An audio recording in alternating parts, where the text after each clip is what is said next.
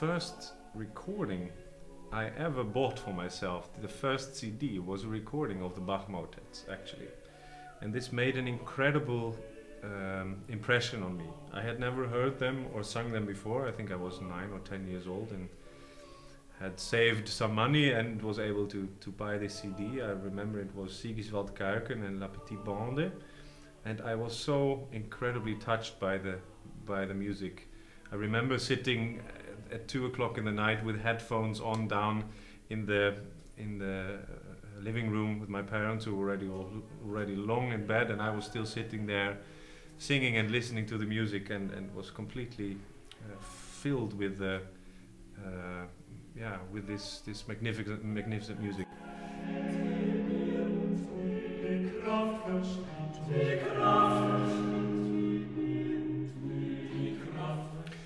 Of course, these pieces are very hard. They're very, very virtuosic, particularly Sing it im Herrn ein neues Lied, the double choir piece, which will be the last piece on the CD.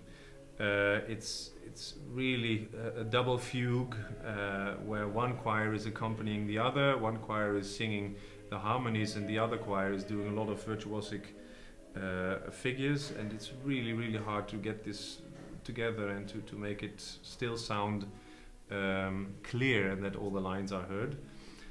This is a very joyful motet, the Sing it im Herrn, but there are also quite a lot of more funeral-like motets like Komm, Jesu, komm, Fürchte dich nicht, der Geist hilft. They have all been written for funerals at the time that Bach was working as Thomas Cantor in Leipzig. Nou, ik vond de laatste keer, het is daarmee, inderdaad, die lijn gaat niet... Een opname is een moment in tijd. Je probeert alle verschillende facetten bij elkaar te brengen en hoopt dat je een goed resultaat kan bereiken. In het geval van die Bach motetten heb je die Nederlands Kamerkoor met Peter Dijkstra. Nou, geloof ik dat ze 3 of 4 concerten geregeld hadden voordat wij gingen echt opnemen. Ik had die Welse Kerk lang van tevoren ook geregeld, zodat je een mooie ruimte hebt voor die opname. En hoop dat die opnamedagen zelf goed loopt. Ik weet nog dat wij behoorlijk last hadden van helikopters, want er was een kraakpan aan het ontramen. Er was ook iemand goed ziek geworden tijdens de opname. Maar uiteindelijk is het allemaal goed op de band gekomen. De 6 motetten van Bach met het Nederlands Kamerkoor en Peter Dijkstra, dat is voor het Nederlands Kamerkoor zeker uniek project. Al langer had het koor de wens om de motetten van Bach, die bijzondere motetten, die feestelijke motetten van Bach, als hoogtepunt van westerse koormuziek op te nemen. En deed zich de bijzondere kans voor om dat met Channel Classics en vaste gastdirigent van het Nederlands Kamerkoor Peter Dijkstra te doen. Dat op zichzelf al was een feestelijke omstandigheid. Daarbij de opname in de prachtige Waalse Kerk in Amsterdam en het feit dat we deze werken opnieuw met onze eigen zangers konden uitvoeren, konden zingen, konden brengen, de bijzondere virtuositeit van Bachs componeren konden laten horen, onder de gedreven directie van Peter Dijkstra. Alles met elkaar staat nog steeds bij het Nederlands Kamerkoor in de herinnering gegrift als een feest dat ook op de CD is vastgelegd.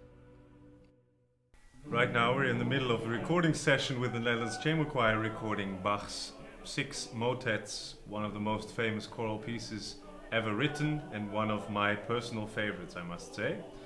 And I feel extremely privileged to be able to record this with this fantastic choir, and I think we are able to really make something special here. And what I'm trying to do with this recording is that we try to find a very good balance between text, which should be present and which should be heard all the time, but also with personality and sound. I know quite a lot of recordings and also quite a lot of interpreters who prefer text, but I, for my feeling, lose the connection with the singing voice and think too instrumental. And I try more to combine both things and to really bring out the personality of every individual singer. Ik heb hier net 2 dagen met Peter Dijkstra doorgebracht met het puntjes op de i zetten. Dat betekent gewoon alle takes heel nauwkeurig luisteren. En waar nodig probeer toch het niveau van de opname te verhogen. ook hebben wij veel tijd besteed aan het idee van hoe moeten wij de muziek luisteren. Juist met super audio. En ik heb die extra sporen van de ruimte van die kerk opgenomen. En die kan ik toevoegen aan het opname van hoe dichtbij de stem wil we komen. Dat betekent, die tekst is heel belangrijk, maar is toch oorspronkelijk bedoeld voor de kerk. En je moet het over je heen laten gaan, zonder dat je gevoel dat je te dichtbij de zangers zit te luisteren. Dus we hebben in verschillende ruimtes afgeluisterd, heen en weer gesproken over wat vind je mooi? Wat is je gevoel hier als je de Bach-motetten wil horen? God, neem dich ver, dat heb ik nog niet helemaal mooi erop staan. De eerste inzet. I've deliberately chosen to have the choir together with only continuo. You hear a lot of recordings with instrumental parts doubling the choir, but I think usually this creates a blend which doesn't allow a lot of space for the singers, for the voice. So I've chosen choir, double choir with organ and cello, and not any more musicians added to that. And I think it creates a very vocal recording. The other aspect that I think is really, really nice with this collaboration with me in the Nederlands Kamerkoor is that we can present fantastic soloists in the trios and the quartets, particularly in Jesu meine Freude. I think we have been able to select really, really high quality soloists, which really, really present something beautiful. Ik ben overtuigd dat onze kind, want dat is het juist, uit het niks hebben wij de productie tot stand gebracht. Een heel bijzonder kind van ons is, van Channel, van het Nederlands Kamerkoor en van Peter Dijkstra. Veel succes ermee.